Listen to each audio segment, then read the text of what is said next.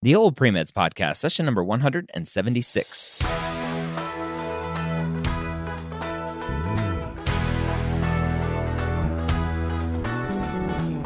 You're a non-traditional student entering the medical field on your terms. You may have had some hiccups along the way, but now you're ready to change course and go back and serve others as a physician. This podcast is here to help answer your questions and help educate you on your non-traditional journey to becoming a physician. Welcome to the OldPreMeds podcast. My name is Dr. Ryan Gray, your host here every week, where I take questions directly from the OldPreMeds forum, the non-traditional pre-med forum over at premedforums.com. This week, we have a great question about rejection after interviews. Our user today says, I've been honored to have been offered 2 interviews. The first to a school to which I applied early decision. The second last week, obviously late in the cycle. The outcome, I was rejected from both. Clearly, there's something wrong with the way I'm presenting myself. I practiced substantially more for my second interview, doing 3 mock interviews and rehearsing.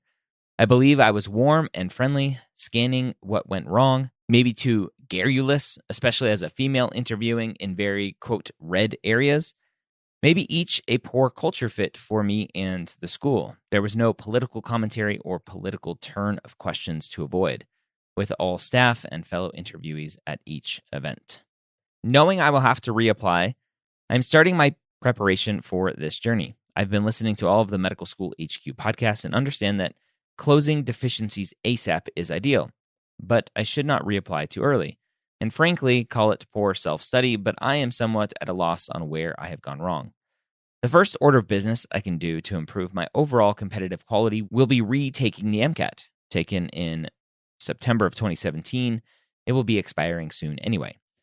My total score was like 70th percentile, but I underperformed in Chem Phys, 56th percentile, 128 to 130 on practice exams, and biology was also average 51st percentile at the time of testing.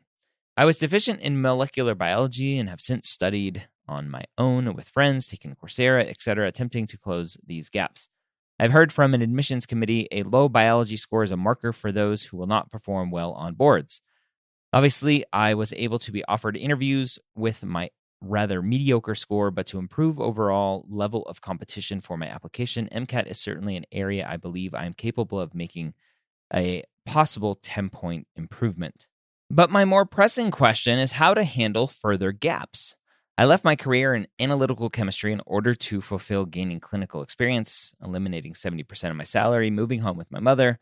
While I love working as an ED scribe and also now as a scribe leadership and training, quality, and continuing education, I wonder if continuing in the same path after rejection would show weakness in regards to not adapting to change after rejection. Begging the question, quote, why did you continue in the same path following rejection, end quote. Should this be a concern? One school told me I didn't have enough shadowing following my interview, although I now have well over 800 hours in the ED. My specific ED has a wide range of cultures, which I have noted, people from the Amish community to patients from urban poverty and also in the ED. I feel you did get exposure to the full range of people and complaints. However, after this feedback, I shadowed family at a local clinic, rheumatology, and palliative care, which is where I think I would like to land. My other activities include volunteering at a rape crisis center about 12 to 24 hours a week, on crisis hotline, also as a medical advocate, volunteering, tutoring local high school students as needed, approximately 3 hours a week, volunteering, just a backup fill-in for delivery service for the library for community members who are homebound, teaching 2 to 3 yoga classes per week as a certified instructor, and working with a local doctor on his small business, not a clinical practice, more lifestyle related. At this point, I feel I am fully loaded as there are only so many hours in a week, and I hope all my current activities maximize my application. On GPA, I built a spreadsheet and figured the numbers. If I did full-time class for 2 years with all A's, I could increase my overall GPA by only 0.7. This seems like a lot of financial commitment, time, and effort for little gain, especially after listening to so many of the podcasts. However, when I look at the core competencies, I did have somewhat of a downward trend in GPA in advanced chemistry curriculum, but honestly, A minuses, At best, I had 4.0 semesters, but my worst semester was like a 3.6. I do have a few community college courses, including 1B. I finished my BS in chemistry from a small liberal arts college in 2010 in 3 years. Is there a problem with how long it has been since school? I have no further research experience aside from a 6-month internship in renewable fuel when I was in chemistry a decade ago. In an honest assessment, I think I am a good candidate and an affable and trustworthy person. However, I continue to receive rejections post-interview. All clinical staff with whom I am acquainted have been thoroughly supportive of me and seem to believe I have, quote, what it takes, unless they are talking through their teeth. I don't know how to close the gap in gaining respect and trust as I do in my day-to-day work in a 6-hour interview day. I wonder where I am failing. What more should I do in the meantime? I would love any ideas you guys have. More information to clarify some gaps in what I said. I do have some B's, Calc 3, Biochemistry, Physics 2, the community college, A- I meant in upper level chemistry. On the ACOMAS transcript GPA calculation, 3.3 in biochemistry subsection. Maybe I should retest biochemistry and sure, I get an A to show I can still earn a grade. What do you think? And I recalculated scribe hours. I am probably up to 2,500 hours in the ED. Is it time to change to a different experience? I could try to see if I can work in different outpatient specialty instead of the ED. All right. Oh, lots to break down here. So this is what is really hard about post-mortem, right? So this is a post-rejection post-mortem. In the Air Force, we call them post-mortems. In a lot of businesses and out in the business world, they call them post-mortems. What went wrong, right? Let's try to do an autopsy here, use some medical terms, do an autopsy here and figure out where the student went wrong. Just on a superficial level, this student is very worried about the micro details, right? One of the last comments here, I have a 3.3 calculation, GPA calculation in the biochemistry subsection. Now, if you haven't looked at the ACOMAS transcript, they super duper break down every type of science course known to man, and they really show you like where your weaknesses are if you're looking for them, if the school is looking for them. And for this student to go, I have a 3.3 in my biochemistry subsection, tells me that the student is just grasping at straws. Where did I go wrong? That's not the issue, right? You got some interviews. The biggest issue to me is that the student applied early decision. That's the biggest issue to me. I almost never recommend applying early decision because this is what happens. You apply early decision, you get rejected, and then you have to scramble at the last minute to hurry up and get in the rest of your applications. And just to remind you, when you apply early decision, you are applying and saying that you are only applying to one school. You are contractually saying, I'm only applying to one school. If I get into this school early decision, this is where I'm going. Right? It's kind of an all or none bet. And if it is none, then you can start turning in other applications, but it's already very late in the cycle. And so that is my first decision, or my first thought here, is that the student applied early decision when they shouldn't have. And again, shouldn't have in my mind is most students. She or he says 70th percentile for total MCAT score. And just looking that up, that's roughly 506, 507.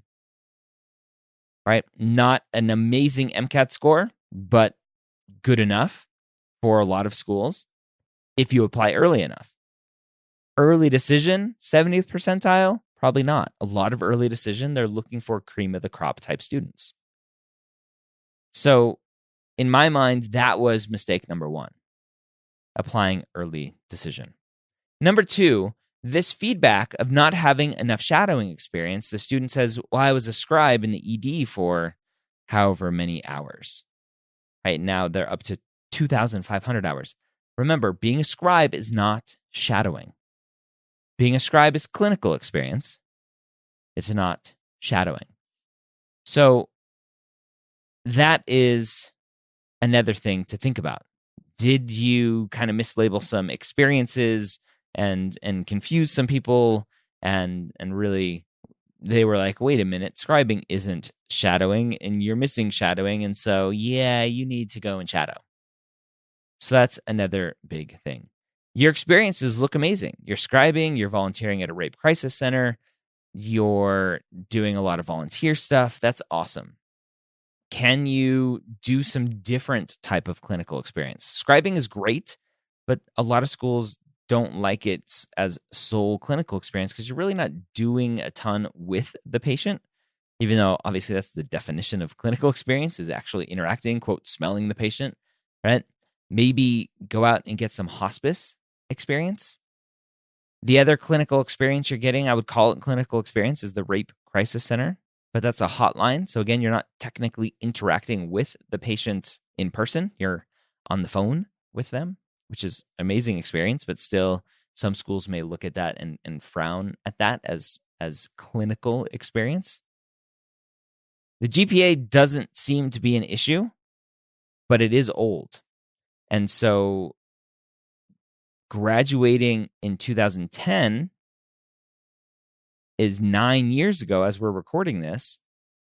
I would potentially go out and just take some classes just to take some classes, just to show and say, hey, look at me. I can still take classes and still do well in them. A lot of schools want to make sure that you are still capable of and you still enjoy being a student.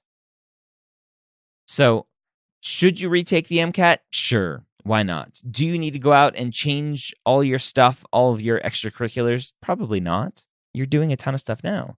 Would I add maybe some hospice volunteering in there, which is pretty flexible with hours to get close to the patient and interacting with the patient? I would potentially look at doing that. I would potentially look at taking some more classes, go to the community college, just take some upper division science courses, whatever you can, and potentially retake the MCAT as well. Now, obviously, I don't know how you performed in the interview, so it's hard to give that feedback, but you got the interviews. Was there something at the interviews that caused the rejection? Maybe, or maybe post-interview, they looked at the totality of your application along with the other students post-interview, and they decided that you still came up a little bit too short. So it's impossible to know if your interviews caused the rejections or if your application as a whole caused the rejections. You don't know. Again, you applied to the second school late in the cycle. If you applied early, not early decision, but if you applied early to the second school and you interviewed earlier, would they have accepted you with the same interview? It's impossible to know. I would reach out to the schools and ask for feedback on your interview to see if it was an interview issue. And outside of that, I would do the other things we talked about.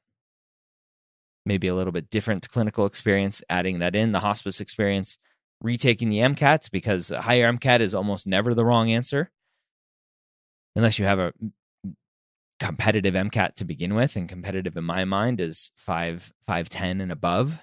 And then from there, just keep plugging away. All right, so I hope that was helpful for you. It's really hard post-interview to figure out what may have gone wrong. But remember, worrying about the micro details, the 3.3 in the biochemistry subsection, is not something that's going to keep you from getting into medical school. Oh, the other quick thing that is in here was that medical schools want to see better biochem because that is what shows you do well on the boards. I haven't seen any of that data. I don't think the new MCAT has been out long enough to have that data. Those are just people talking out of the wrong side of their mouth. So hopefully this was helpful for you. If you have a question, go to premedforums.com. Go to the non-traditional pre-med forum and ask your question there. I hope you have a great week. We'll see you next time here on the Old Pre-Meds podcast.